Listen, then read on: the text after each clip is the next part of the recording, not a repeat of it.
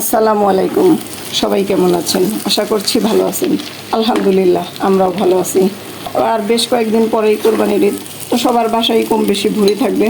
সেজন্য আপনাদের সাথে আজকে একটা সহজ পদ্ধতিতে ভুঁড়ি রান্নার রেসিপিটা শেয়ার করলাম। আশা করছি সবারই ভালো লাগবে। তো কথা না বাড়িয়ে ভিডিওটি শুরু করা যাক।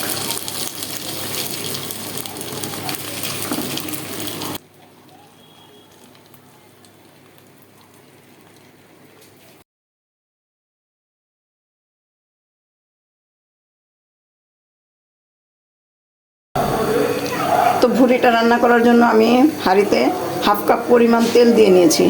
এখন আমি যে গোটা মশলাগুলো দিয়ে দিব। এখানে আছে হলো দারুচিনি, এলাচটাকে আমি থেতো করে দিয়েছি, লবঙ্গ দিয়েছি কয়েকটা, আর হাফ কাপ গোলমরিচ দিয়েছি। এটাকে আমি তেলে দিয়ে দিব। এটা 10-20 সেকেন্ডের মতো নাড়াচাড়া করার পরে আমি এখানে হাফ কাপ পেঁয়াজ রেখেছি, সেটা দিয়ে দিব।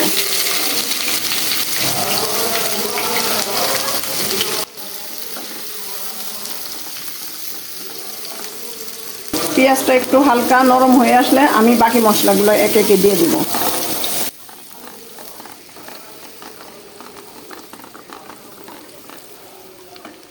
তিনটা তেজপাতা দিয়ে দিলাম।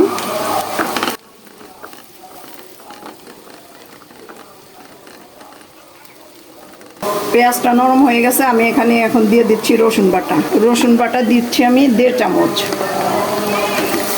রসুন বাটাটা একটু হালকা ভাজা ভাজা করে দিব আদা বাটা। আমি একটু গন্ধ ওঠা পর্যন্ত, রসুনের সুগন্ধিটা ওঠা পর্যন্ত নাড়াচাড়া করব। খুব সুন্দর একটা সুগন্ধি বের হবে।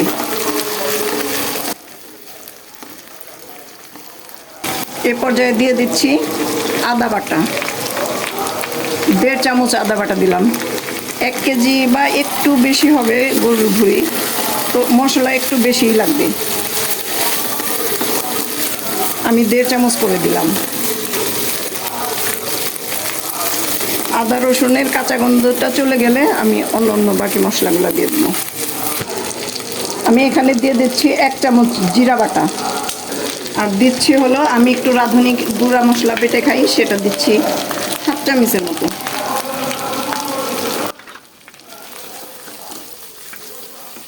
মশলাটা কষানোর জন্য আমি একটু পানি দিব।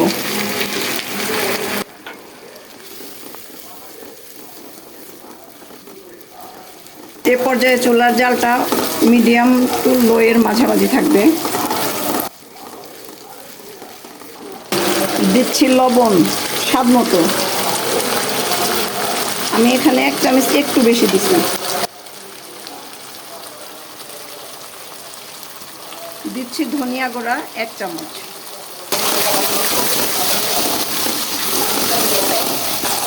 মরিচ গুঁড়া দিয়ে দিলাম 1 চামচের একটু বেশি দিলাম আমি। আপনারা আপনাদের পছন্দ অনুযায়ী দিতে পারেন, কে কীরকম ঝাল খান, কম খাইলে কম দেবেন, বেশি খেলে বেশি দেবেন। আর এখানে আমি পরবর্তীতে একটু কাঁচামরিচ দিব।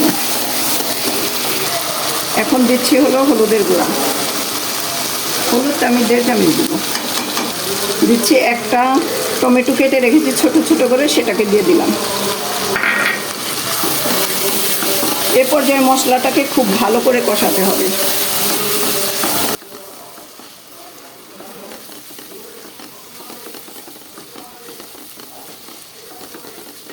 আমি আর একটু পানি দিব। মশলাটাকে যত ভালো করে কষাবেন আপনার রান্নাটা তত মজা হবে। আর এগুলো একটু সময় নিয়েই রান্না করতে হয়। তেলটা ভেসে উঠেছে মশলার মধ্যে, তার মানে মশলা কষানো হয়ে গেছে। আমি এখন এই যে ভুঁড়িটা সুন্দর করে ধুয়ে কেটে হলুদ দিয়ে সিদ্ধ করে রেখেছিলাম, এখন সেগুলো দিয়ে দিব। বিসমিল্লাহ।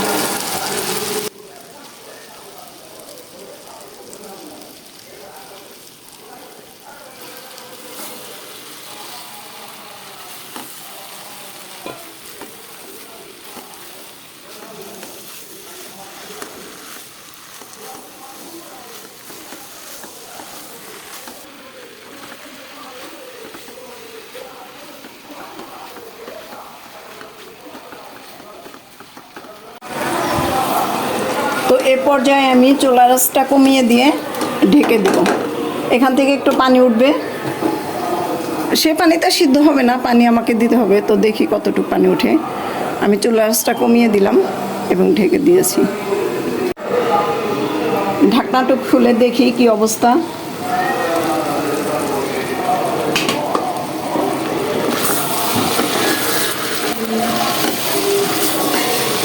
তেল উঠে গেছে। সিদ্ধ করার জন্য পর্যাপ্ত পানি দিতে হবে, কারণ আমি ভুড়িটাকে সিদ্ধ করে একদম পানি চিপড়ে রেখে দিয়েছিলাম। এখান থেকে পানি বের হওয়ার কোনো সুযোগ নেই। এখন আমি পানি দিয়ে সিদ্ধ করতে দিব। তো আমি এখানে পানি দিচ্ছি 2 কাপ।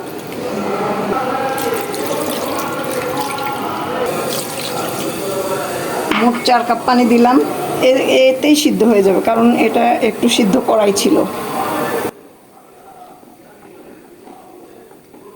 আমি এখন এটাকে ঢেকে দিয়ে অল্প আঁচে রান্না করব, অল্প আঁচেও না, মাঝারি আঁচে রান্না করব। তো ঢেকে দিচ্ছি।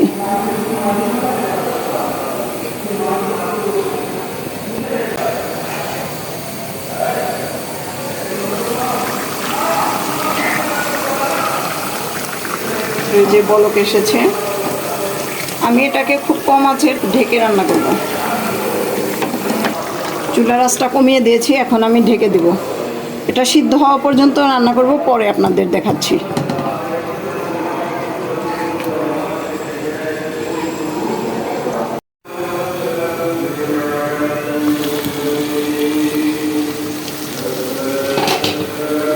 তো ভুড়িটা অলমোস্ট সিদ্ধ হয়ে গেছে। আমি এখন এর মধ্যে, এই যে পানিটাও শুকিয়ে গেছে, এর মধ্যে আমি কিছু পেঁয়াজ কেটে রেখেছি, এই যে পেঁয়াজের রিংগুলা দিয়ে দিলাম।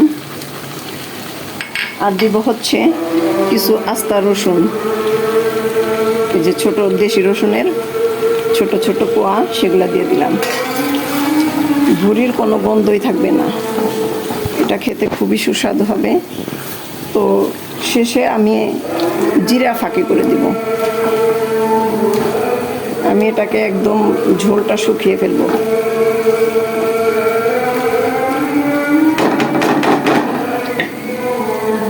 এখন আমি বেশ কিছুক্ষণের জন্য ঢেকে খুবই কম আঁচে রান্না করব।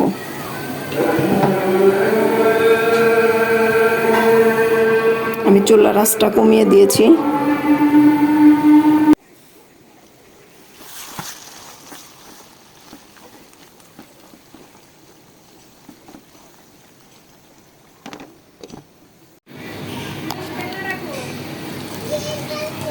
তো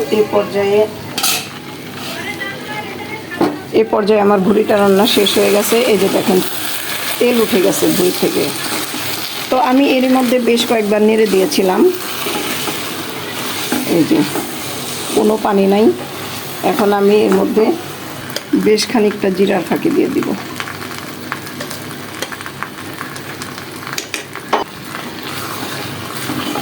এটাকে ভালো করে নেড়ে আমি মিনিট 10 বা 15 এরকম খুব কম আঁচে ঢেকে রেখে দিব।